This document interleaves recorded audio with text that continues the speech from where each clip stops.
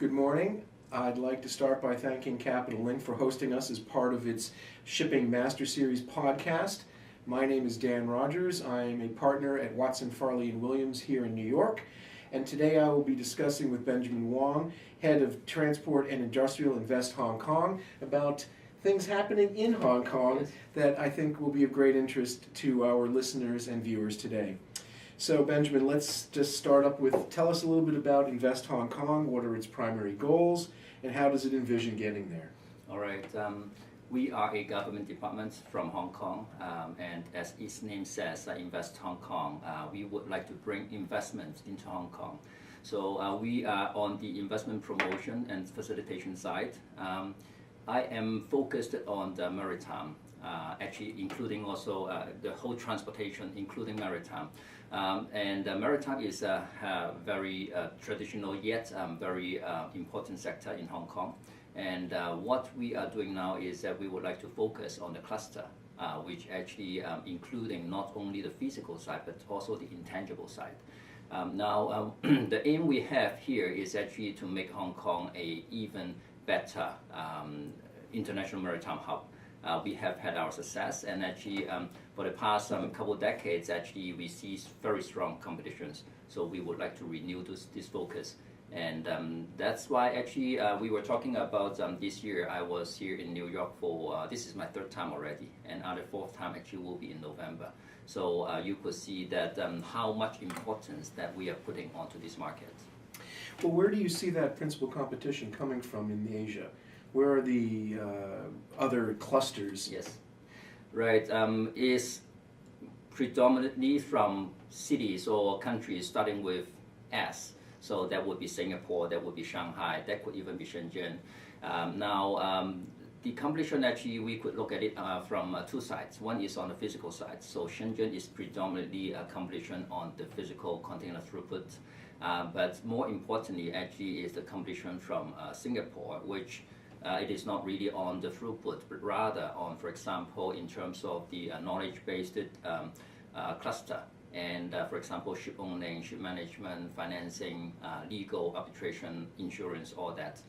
So that's why we are focusing more on that front. Okay, so how do you envision maintaining and enhancing your competitive advantages? Actually, we started this, you can say, project about 3 years ago. We started to establish this Maritime and Port Board, which then we were able to put together not only the government bureaus and departments, but also with the industries, because we have a lot of the members from the industry, from the chamber, multipliers, and also academia. It's very important in the sense that government, we are good at policy making, balancing things of the whole economy. Yet we do not really know the industry as well as the stakeholders. So we need to engage them, we need to know what they think, what they need. That's why we have this setup. Within that, we have 3 committees. One is on the maritime and port policy development, another one on talent, manpower development, and the third one is on promotion. And together with that, of course, very importantly, we work with multipliers, for example, the Ship Owners Association, Liners Association, Port Operators Association, and others. So actually, this is something that we would like to keep the momentum going. That's why we also have the yearly Maritime Week now. I see. Well, let's talk a little bit about the ship register, the labor, government policies, tax, and finance. All right, okay. Maybe we can start with the ship register. That would be good. Yes. Now, we have had a lot of discussions with the industry. Mainly on that actually is on the representation and the service level of the ship register. Frankly speaking, me being in the government, actually the Hong Kong Ship Register is one of the most friendliest and down-to-earth government departments which the industry could deal with. And they are very professional, very efficient already. Yet there could be improvements being done on different elements. One element which we will be doing is that we are going to improve the representation of the Hong Kong ship registers overseas. Now we have a network of overseas offices of the Hong Kong government. We are going to put some marine officers in some of these strategic office to cater for the ship owners' need, so that when there are, for example, ship registration process going on, since it's 24 hours with the different time zone, without representations in the overseas offices, it would be difficult to do it in a very timely manner. And of course, to the ship owners, 1 day delay actually is 1 day's charter hire. So actually, we are trying to improve the service level like this to help ship owners to save some money. So this would, in some respects, follow the Panamanian model in which you would offer ship and mortgage registration services through your consulates in various locations. I take it then that instructions would be sent out from the ship registry in Hong Kong, and that the consulate officials or the people working in the ship registry end of the consulate would then, strictly follow those instructions, and everything would be done through the central registry in Hong Kong. Is that correct? Right. Now, our overseas offices, Economic and Trade Office, because we are a city, so we don't term that consulate. But the bottom line is that we need to, besides having the person over there in the overseas office, but also to give them and authorize them to have the power. Right. Because after all, ship register and the whole mortgage and registration process is a very professional and technical process. So actually, we need to make sure that the people over there in the EDOs, they are able to understand what they are facing with, and that what they are dealing with when they are signing the paper. So yes, what you mentioned is true, is correct, that for the Hong Kong office, actually we have 24-hour representation on duty, so they will work together with the overseas offices. Okay, and so in the overseas offices, the individuals working there would be effectively deputy registrars? We haven't got to the level of those people yet. But actually, those people for sure will need to have the understanding and the authority. Will they have the ability to notarize or at least in some manner recognize signature authority of the participants in the transactions? Right. That's one of the items that we are looking at. However, because this has just been announced in the policy address actually last week, so actually this is still something that we have to iron out all the details later. But that's one of the items. Yeah, I mean the Liberians in the Marshall Islands, their registries use the concept of a special agent. Yes. And the special agent, for example, is able to affix a stamp which is very much akin to a notarial acknowledgement. Right. And I was just wondering whether that was sort of part of the plan to make this move smoothly. Right. We will have it confined with the civil service system. Okay. Well, that's very appealing.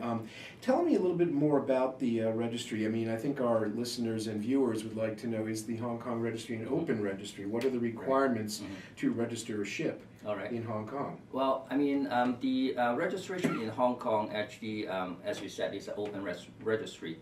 But at the same time, I mean, very often open registry was being tagged along with a relatively less quality-oriented image. However, actually, this is not the case for Hong Kong. If you look at the, for example, ship retention rate and everything, Hong Kong is way below the world average. The bottom line is that although we are very high in terms of the tonnage, but actually we never forgive on the part of the quality. That's what we are doing. Actually for us, we have, as it says, open registry. So for example, in terms of the crew, there is no requirement on the nationality. Actually, that's why the ship owners or charterers, they are able to use no matter it's Chinese crew, Filipino crew, Greek crew, wherever they are from. And there's no build requirements to be in the Hong Kong registry, so there's no requirements on that. Let's talk a little bit about the tax structure. Right. that also is part of an effective registry these days. Obviously, again, some of the what we would describe as open or offshore registries offer a significant competitive advantage in that they tax tonnage, but they do not tax income. How is Hong Kong approaching that? Hong Kong's tax philosophy is territorial. So actually, whatever revenue or profit generated within Hong Kong water is taxable. But when it is in international water, then it is tax-free. Of course, Hong Kong is a very small city with a very small water. So unless you are doing, for example, passenger ferrying or a little bit of fishing, there will be a very little chance to be taxed. And of course, we are targeting the global and international ship operators and owners. So actually, for that, we are in a very good position already. We have, in the tax law, we have this Chapter 23B, which is something it is kind of like a bedrock of the tax-free position for the ship owners and operators. With that, actually, the new tax initiative is that because now for the past 5-10 years, we've got the new ship leasing, a lot of lessors. Yes. They are also owners. For them, actually, yes, for the charter hire, if it is being done in the international water, then actually it's tax-free. But at the same time, the lease revenue profits, those are still taxable. So it's something that we would like to look at because we've got some success on the aircraft leasing. And in principle, is quite similar in the concept that if we are able to have a tax regime to facilitate those lessors to have their operations based in Hong Kong, then actually they will be able to enjoy more tax benefits on that. Well, you see, that's an interesting point because, again, just using the Marshall Islands and Liberia as a model, they distinguish between what they call non-resident entities, which 99.999% of shipping companies are, and those that would be resident entities. Now, in the model you described, an international ship owner would probably be non-resident. Therefore, it logically doesn't make sense for them to have to pay revenues into Hong Kong simply because their shipping company or their vessel is registered within Hong Kong. But when you turn it around and you go toward the leasing companies, which are Chinese entities, and last I checked, Hong Kong is part of China again, there would be a different argument, and there would be revenues being actually created, sourced, however you want to describe it, by an entity that is, for lack of a better term, a resident within China, and therefore it should be taxed.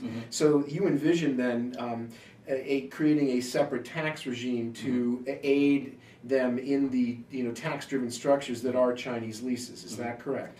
Right. The main thrust behind the tax scheme is that now stepping up a step backward. Yes, Hong Kong is part of China, but actually, excuse me. It enjoys certain tax. It's in a tax zone. Is that correct? Yeah. Well, we are one country, two systems, so we are two separate tax jurisdictions. And actually, if you look at it in a even broader scope, a more macro scope, for example, in the WTO, we have two separate seats, one for mainland China, one for Hong Kong. Or for example, WHO, we also have a separate seat. Or even on the Olympics, we have a Hong Kong team. So actually we have a very separate structure, a very dual structure. Yes, one is the China, which is on the international stage representing the whole of China except Hong Kong in certain elements. Trade is something that we are trying to protect the Hong Kong independence a lot, because if you look at it, the bargaining power of Hong Kong would be much more if we are being negotiated in a package of the whole of China. But actually we are keeping our own seat. We are negotiating on our own. The main reason is because the independence of the trade system, legal system, financial structure is very important. So getting back to the tax structure for the leasing company. So under this framework, actually, then even for example, the business is done inside of the mainland Chinese water, but still for Hong Kong, the tax jurisdiction is outside of Hong Kong. I understand. Yes, so for those leasing companies, Chinese lessors, actually, a lot of them, they are basing their SPVs in Hong Kong already. But the difference is that with the new tax regime for ship leasing, one consideration is that we must help to upkeep the OECD requirement of the avoidance of the base erosion and profit shifting. So for that purpose, actually, we will now, of course, this is just started, but one element which we'll be looking at is that it has to have a substantial operation in Hong Kong. Okay. And how would they establish a substantial operation in Hong Kong? What would be required in order to do that? How far into Hong Kong do they have to really go? Right. Now, that would actually need to have a physical substance in Hong Kong. The employment of people in Hong Kong and the central management being done in Hong Kong, decision making being done in Hong Kong and all that. Of course, it doesn't mean that you need to have a huge office for that purpose. But rather it has to be proven and shown that you are actually making Hong Kong and basing your central management and operation there in Hong Kong. Okay. Let's talk a little bit about enhancement of credit and liquidity products. What are the plans there? How do you guys plan to make life better for people who've already got a lot of money? Yes, well, actually, I think leasing companies are already making the life easier for a lot of ship owners for the past decade. As a government, we would like to facilitate the availability of alternatives in the market. Of course, there are different opinions on the leasing business. However, as a government, we would like to make sure that the platform is there. Whether it's risky, whether it's safe, actually is all up to the market's market demand and supply to decide. And that's all along the Hong Kong spirit that actually it should be left. The best is to be left for the industry to decide. That's why earlier this year we had this maritime leasing paper released, and it has suggested to have a sovereign rated financial institution to improve the liquidity and to manage the risk. Now this is something, of course, very good if established. For now, actually, we are more looking at bringing in, for example, ECAs from other countries. But we all know, no matter it's ECA or sovereign rated institutions, they are all with a background from the government. And in general, they are not as flexible as those funds available in the market.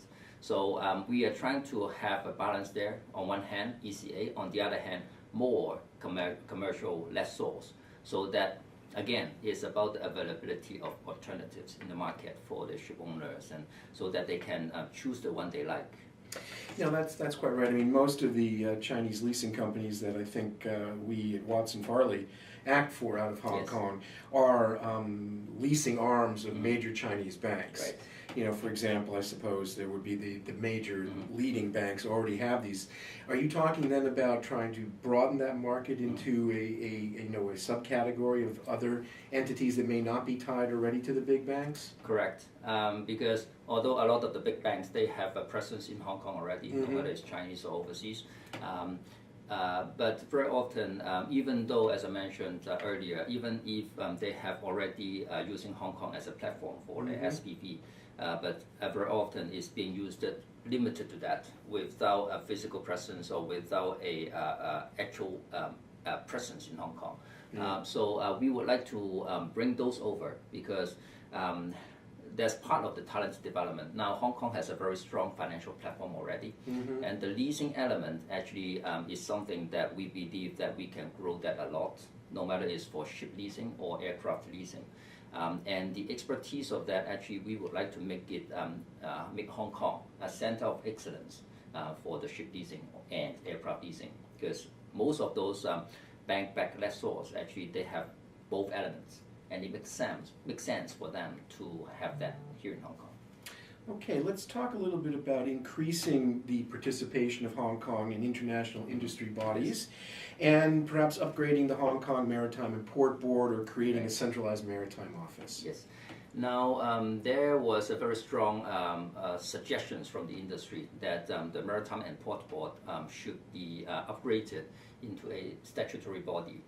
Now, of course, it has its pros and cons. One thing about that is that we wanted, or the industry wanted to have this happen was because the structure of the Transport Bureau in Hong Kong right now, actually it was lumped together with the Housing Bureau. So it is actually a Transport and Housing Bureau. For that to put together under one umbrella is actually a very, very big bureau with a lot of responsibilities. So our chief executive, actually, she has mentioned about studying on the splitting up of this bureau into Transport Bureau and Housing Bureau. So actually with that done, it will actually be releasing a lot of resources for the Transport Bureau. And actually if this is being done, this will help to resolve the problem of that there will be more focus on the transport maritime sector. So there will actually be no longer a need for the MPB to be upgraded to a statutory body. Because when you look at the government structure, I think most people would agree that most governments are having too many tiers, the structures are very complicated, which is the same in this case. If we have this Maritime and Port Board upgraded into a statutory body, then you will be having different layers. So that's why we think splitting up the bureau will be a more thorough way of resolving the problem. And that actually, when that is done, then we will be having a much stronger focus, a dedicated secretary for the transport. Then when we are overseas, visiting different places and talking with international organizations, then we will have somebody, a person, the secretary, who is much more focused in doing that. And of course, we would like to make sure that Hong Kong is on the radar screen globally. That's why we are working very closely with different various international organizations and trying to make sure that when they are having any kind of discussions or making use of any Asian platforms, then Hong Kong will be part of it. Now, I would suspect that this would include, for example, negotiation of double tax treaties. Given Hong Kong's duality with China, that would be negotiated at the Hong Kong level then, is that correct? Yes, that's correct. Well, I mean, the DTA being discussed by Hong Kong, actually we discussed our own DTA. Now, we have come a long way, I think, because if you look at about 8 or 10 years ago, Hong Kong, we had only 3 comprehensive DTAs, which was very small. But at that point of time, the government had a different perspective on DTA. Now, actually, for the past 8-10 years, we have done a lot of work on that. Now, for the maritime side, we have 47 DTAs signed already. And also we've got about 10, which is in the line and under negotiation and discussion. Of course, this is something that which is very important for international trade and business, for ship, for maritime side, yes, and also actually aircraft leasing is also a one hot topic on that. That's why, again, the chief executive, she mentioned about that more efforts will be spent on signing more DTA to make sure that we will have a very comprehensive network of that covering the trade of the major partners. Now, you've mentioned a couple of times the chief executive. Yes. Who is the chief executive? All What right. is her role? And as I also understand, she recently gave a rather significant policy address. Maybe you could give some of the highlights of that. Right. Now, Ms. Carrie Lam, actually she is our chief executive. Now, she has a background of career civil servant, so actually she knows the whole structure and system very well. And at the same time, she has spent a lot of time with the industries and commercial sectors. So actually, she is very focused in helping to improve the Hong Kong business environment. So in terms of highlights of her policy address, actually one point which I would like to highlight is on the technology side. She is putting a lot of resources and focus on technology. Normally it's AI, robotic, big data, IoT. And that also relates to the development of the maritime sector. There are a lot of discussions on how to make use of big data, IoT, and also in terms of how to avoid the cyber risk. So all these elements actually would be very important in the near future. With this in the background, actually, this focus on maritime and the focus on the technology combining together will be really helping the industry to go forward. And that's why actually in November we have our Hong Kong Maritime Week, 1 whole week of events. Over 50 events were organized. And that actually will be will be attracting a lot of visitors from the region and even globally. So actually for that, we also have a fair element of technology oriented events in there. So I hope that that will be another drive in bringing up the various elements, including, for example, talent and all that. Now, just to be clear, and I think we can bring it home on this, in Hong Kong, you are generally using for documentation transactions English law governed documents. Is that correct? Yes. English is, now we have a bilingual system, but English is always taken as the original. Okay. Right. So because both Chinese and English are being used. However, when there are any discrepancies, usually the English version is taken as the true version. Well, that would be helpful for me. Yes. I think unless there's anything else you'd like to add, we're almost at the end now. Is there Right. any final thoughts or comments? Well, I mean, we are targeting different countries and different areas for the maritime side. I mentioned I've been here, this is my 3rd time, but actually we are not forgetting any other countries out there. So we would like to make sure that when you're here listening to this or when you are watching this video, if you have any questions, feel free to ask me. I'm based there in Hong Kong, but actually we have a network of economic and trade offices around the world. So by all means, let me know if you've got questions. Okay, well, Benjamin, I'd like to thank you very much for participating today, and I'd also like to thank Capital Link again for giving us this opportunity. And I think that's all we have. Thank you. Thank you, Dan. Congratulations. Cheers.